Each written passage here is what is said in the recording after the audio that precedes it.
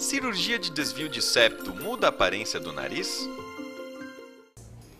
É um mito, mas deixa eu explicar melhor, né? Existem dois tipos de cirurgias no nariz. A cirurgia que aborda somente o septo, essa não muda a parte externa, e a cirurgia que visa também mudar a parte estética. Então a cirurgia que só mexe no septo chama-se septoplastia, essa não mexe na parte estética, e a outra cirurgia chama-se rinoplastia, essa mexe na parte externa. Essa rinoplastia pode ser associada com uma septoplastia, compondo a cirurgia que chama-se rinoseptoplastia. Então essa cirurgia que é a rinoseptoplastia vai mexer tanto no septo quanto na parte externa estética do nariz. A pessoa surda também é muda? Mito. A pessoa que é surda é surda. Acontece que, deixa eu explicar também, a pessoa que é surda e não tratada e continua sendo surda, ela não consegue aprender a linguagem. Então acaba não conseguindo falar, então, ou seja, ela acaba sendo muda também. Acontece que tem pessoas surdas que através de tratamentos, né, muitas vezes cirúrgicos, se consegue ouvir, ela passa a ouvir e aí essa pessoa começa a adquirir a linguagem. A pessoa que é surda passa a falar. Quem tem perfuração no tímpano é surdo? Mito. Quem tem perfuração no tímpano ouve menos do que a pessoa que não tem o tímpano perfurado, mas não é surda, ela continua ouvindo. Acontece que o tímpano ele tem duas funções. A função propriamente auditiva, que é o vibrar do tímpano, começo da geração do som para o órgão auditivo. Então, sem dúvida que a perfuração atrapalha esse começo da audição, né, do sentido da audição, né? E a outra função do tímpano é a proteção, né? Então a pessoa perde a barreira protetora. Então quem tem perfuração no tímpano tem que tomar alguns cuidados também para não adquirir otites crônicas. Escutar som alto estoura o tímpano? Verdade, só que dependendo da intensidade do som alto. Então é muito comum o que a gente chama de trauma acústico. O trauma acústico é quando, por exemplo, estoura uma bomba do lado de uma pessoa. Essa bomba provoca um deslocamento de ar que, de maneira física, esse deslocamento é recebido pelo tipo de uma maneira muito abrupta e é uma super corrente de ar de uma maneira abrupta, e isso estoura o tímpano. Fisicamente ele estoura o tímpano. Além de lesionar o órgão auditivo interno.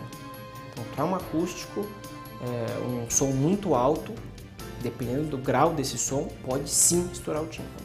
Usar cotonetes pode fazer mal? Verdade.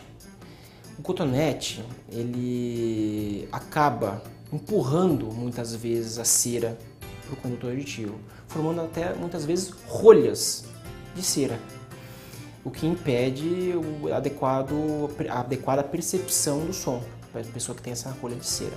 É importante que a pessoa entenda que a cera ela é uma proteção e o ouvido é autolimpante na grande maioria das pessoas. O que é autolimpante? Significa que a cera, sem a pessoa perceber, ela está saindo. Tanto que a concha auditiva nossa é um pouco mais oleosa do que o restante da pele, porque essa cera está saindo sem perceber. Então a pessoa que usa o cotonete acaba prejudicando esse movimento de autolimpeza. Então a grande maioria das pessoas tem esse mecanismo bom e não tem nada que ficar atrapalhando com o cotonete. Amarrar pano com álcool no pescoço ameniza a dor de garganta? Mito. Isso não tem comprovação científica nenhuma, né? Depois da relação sexual, se a mulher levantar as pernas, a chance de engravidar aumenta? Isso é um mito. As pessoas acreditam que pondo a perna para cima, com a ajuda da gravidade, o espermatozoide chega mais fácil ao ovo. Na verdade, a gente não tem nenhuma comprovação científica que isso realmente seja verdadeiro. Botas ortopédicas corrigem o pé chato?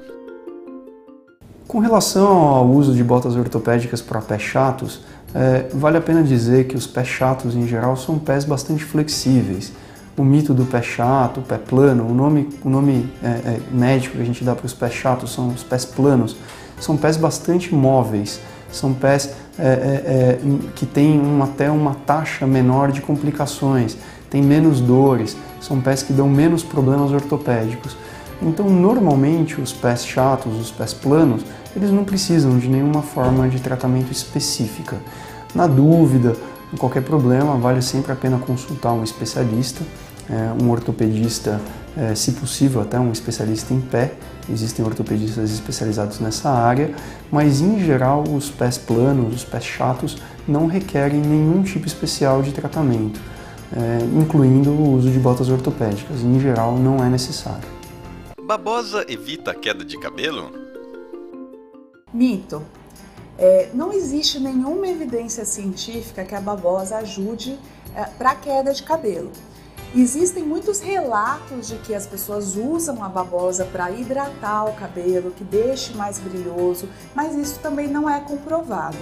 É importante a gente pensar no cabelo como uma estrutura do nosso corpo, assim como a pele, assim como os olhos, como o fígado, e não existe uma substância que seja capaz de tratar qualquer doença desses órgãos. Isso é muito fácil entender. Então, quando a gente pensa em queda de cabelo, a gente precisa saber por que o cabelo está caindo, né? Algumas pessoas têm origem genética, algumas pessoas têm deficiência de certas vitaminas, doenças específicas do couro cabeludo, muitas vezes caspam.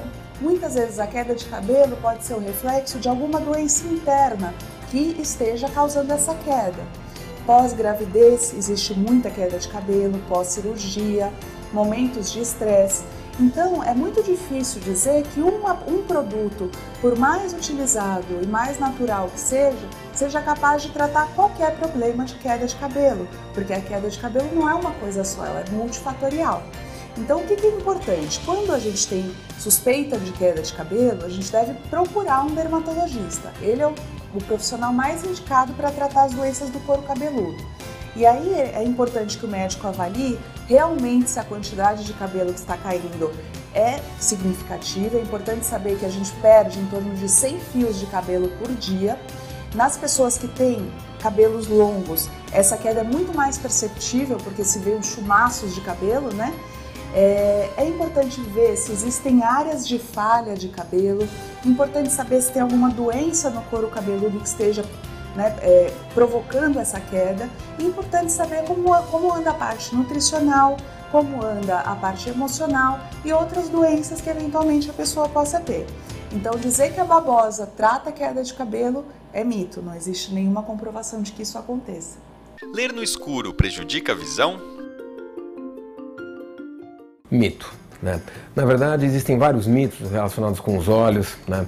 E um deles, talvez o mais comum, é relativamente este, quer dizer, que como se a gente lesse no escuro fosse para causar algum tipo de dano, algum tipo de problema para os olhos. Né? Na verdade, o olho ele não precisa ser poupado, quer dizer, do mesmo jeito que quando a gente quer desenvolver o braço, a perna, a gente vai para uma academia, a gente faz ginástica, a gente faz musculação, o olho ele não precisa ser poupado.